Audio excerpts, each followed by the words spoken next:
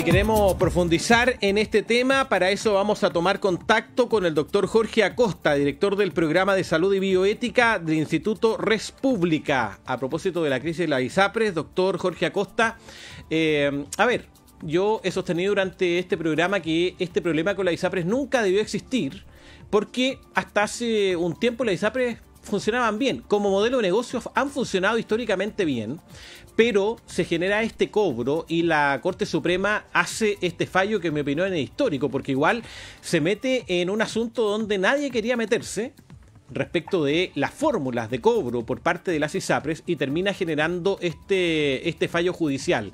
La pregunta es, con la ley corta de ISAPRES que ha enviado el gobierno al Congreso Nacional, ¿usted cree que se resuelve el problema o se profundiza la crisis? Que es lo que también están planteando algunos actores políticos y la propia asociación de ISAPRES. ¿Cómo está, doctor Acosta? Gracias por hablar con nosotros en todo Chile, de Erika Magallanes, a través de la Radio Corporación. Muy buenos días. Muy buenos días. Bueno, saludarte a ti y a todos nuestros radioescuchas de Radio Corporación. Siempre un gusto conversar con ustedes y la verdad es que después de conocer el proyecto del gobierno y específicamente las declaraciones del superintendente de salud que reafirman la deuda que ellos estiman de 1.400 millones de dólares por parte de las ISAPRES con sus usuarios, luego del fallo de la Corte Suprema, queda sumamente claro que al gobierno no le interesa resolver el problema del financiamiento de las ISAPRES, sino que aprovecharlo como una oportunidad para imponer una posición que ellos tenían ya desde su programa de gobierno, que era terminar con las ISAPRES como parte del modelo de seguridad social. Esa fue exactamente la frase que utilizó el director de FONASA, Camilo Cid, hace pocos meses atrás, porque a ellos les parece que deberían existir instituciones privadas de aseguramiento de salud. Por lo tanto, por eso mismo se facilita la llegada de esta cantidad de más de 3 millones de personas a través de las modificaciones que ellos están promoviendo en FONASA con la creación de esta modalidad de cobertura complementaria para tratar de suplir de alguna manera el déficit de las ISAPRES. Pero lo que el gobierno no se da cuenta y no ha aquilatado es que esto va a significar una verdadera caída en cadena, con un efecto dominó sobre las clínicas, sobre después los hospitales y sobre la salud de todos los chilenos, lamentablemente. Entonces, doctor, lo que debe ocurrir, porque el gobierno tiene una posición ideológica en esta materia, y es válido porque los gobiernos hacen campaña con un tipo de discurso, con una mirada ideológica, pero la oportunidad, como usted bien señala, se la genera un fallo de la Corte Suprema. La oportunidad, si es que en su declaración, ¿no es cierto?, sigo esa línea, la oportunidad de terminar con el sistema privado de salud no la genera el gobierno, sino que la genera un fallo de la Corte Suprema, que es un órgano distinto, que es un poder autónomo del Estado, que es un poder diferente, en virtud de actuaciones de las ISAPRES. ¿Usted cree que lo que correspondería es hacer una especie de ley de amnistía, decir aquí no pasó nada, la ISAPRES no tiene ninguna responsabilidad, salvemos el sistema privado de salud con fondos públicos? ¿Cuál es el camino entonces para que este tema se destrabe, en la opinión suya?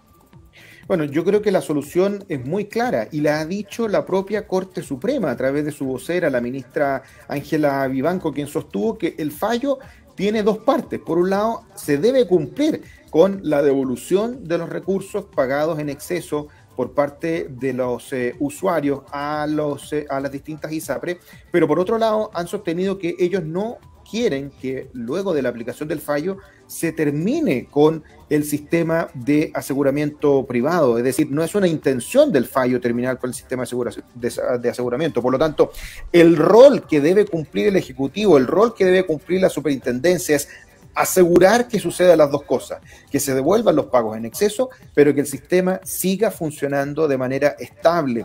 Porque aquí lo que hay que tener en consideración, que es súper importante, que estamos hablando de que pueden fracasar, ¿cierto?, financieramente las instituciones que hoy día le dan sustento a atenciones oncológicas, a atenciones de enfermedades crónicas, a atenciones de pacientes del GES, y que si las ISAPRES quiebran, van a quebrar también las clínicas, y al quebrar las clínicas no van a atender 7 millones de personas que solamente se atienden en ISAPRES, pero también otros 6 millones más de pacientes de FONASA que también se atienden en las clínicas privadas. De hecho, hay 3 millones de pacientes de FONASA que solo se atienden en clínicas privadas y no se atienden nunca en consultorios ni en hospitales. Por lo tanto, no hay que tomarlo con la liviandad de decir aprovechemos esta oportunidad para terminar con la ISAPRE, sino que si se quiere hacer una reforma a la salud, se haga pensando en resolver los problemas prioritarios. Hoy día, ¿cuáles son los problemas prioritarios?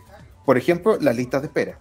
Doctor, pero sin ley corta, el planteamiento de la ISAPRES era que cumplir el fallo de la Corte Suprema los hacía ya inviables. Sin ley corta que planteara, ¿no es cierto?, esta forma de traspaso de 3 millones de usuarios, en fin. Sin esa propuesta legal que está hace 3 días o 2 días atrás en el Congreso Nacional, la ISAPRES ya venían diciendo que cumplir el fallo de la Corte Suprema respecto a la devolución de estos fondos haría quebrar el sistema.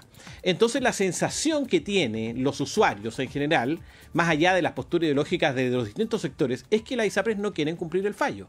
Y usted dice que sí, que lo que correspondería es que cumplan el fallo, pero ellos dicen que no, que si cumplen este fallo, porque son cifras estratosféricas, los 1.400 millones de dólares son una cifra que lo dice el superintendente, pero en virtud de cálculos, ¿no es cierto?, de los planes de cada uno de los usuarios, hacen que el sistema esté condenado a la quiebra según la Asociación de ISAPRE. Entonces, también no se ve por parte de la opinión pública, lo digo yo como periodista, que las ISAPRES tengan interés en cumplir el fallo y que lo que están esperando más bien es que les digan borrón y cuenta nueva, hagámonos los locos y de aquí nunca más vamos a cobrar dinero de manera abusiva, como ocurrió en este caso.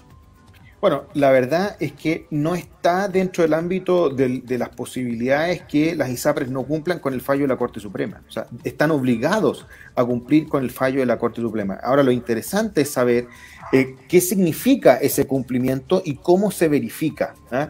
Es decir, lo que no hemos conocido es por qué el gobierno cifra en 1.400 millones de dólares la devolución de los excedentes. ¿Cómo hizo ese cálculo?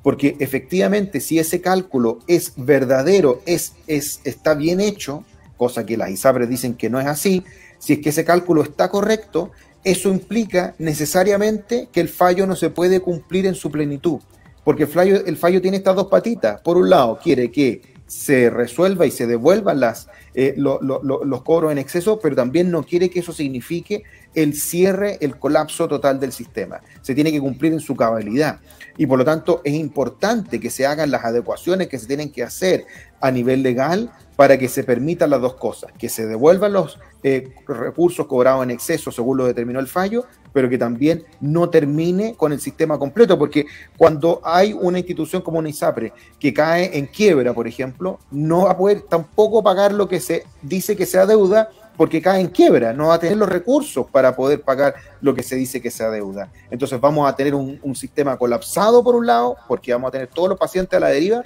y por otro lado vamos a tener la inexistencia de instituciones que puedan pagar porque van a haber quebrado. Entonces es un equilibrio súper difícil que se debe alcanzar, y por eso es que llama la atención que el gobierno persista en mencionar esta cifra mágica de los 1.400 millones de dólares. Para que se entienda más o menos bien, al año, todas las personas que están en ISAPRE entregan a través del 7% del orden de los 2,7 billones de pesos, o sea, 2,7 millones de millones. Y el Ejecutivo ha dicho que lo que tienen que devolver es 1,7 billones, 1,1 billones, o sea, millones de millones. Es decir, casi la mitad de todo lo que reciben las ISAPRE en un año se debería devolver producto de sus cálculos. Es una cifra tan grande que el gobierno tiene que explicar cómo llega a esos niveles, y por eso las ISAPRE han dicho que es el equivalente a las ganancias de los últimos 30 años. Entonces, es una situación muy delicada que debe tener en consideración siempre esos dos principios: respetar el fallo, pero también respetar que la intención de la Corte Suprema era que el sistema mejorara y no que desapareciera, como pareciera ser la intención del gobierno. Doctor Jorge Acosta, director del Programa de Salud y Bioética del Instituto Res Pública, conversando con nosotros a través de la Radio Corporación para todo Chile, la audiencia radial, pero también la audiencia en la televisión, abierta en Santiago en el 15.2 en Corporación Televisión. Gracias, doctor, por esta entrevista. Que tenga muy buen día. Hasta pronto. Muchas gracias a ti, que tenga muy buen día. Nos vemos. Chao.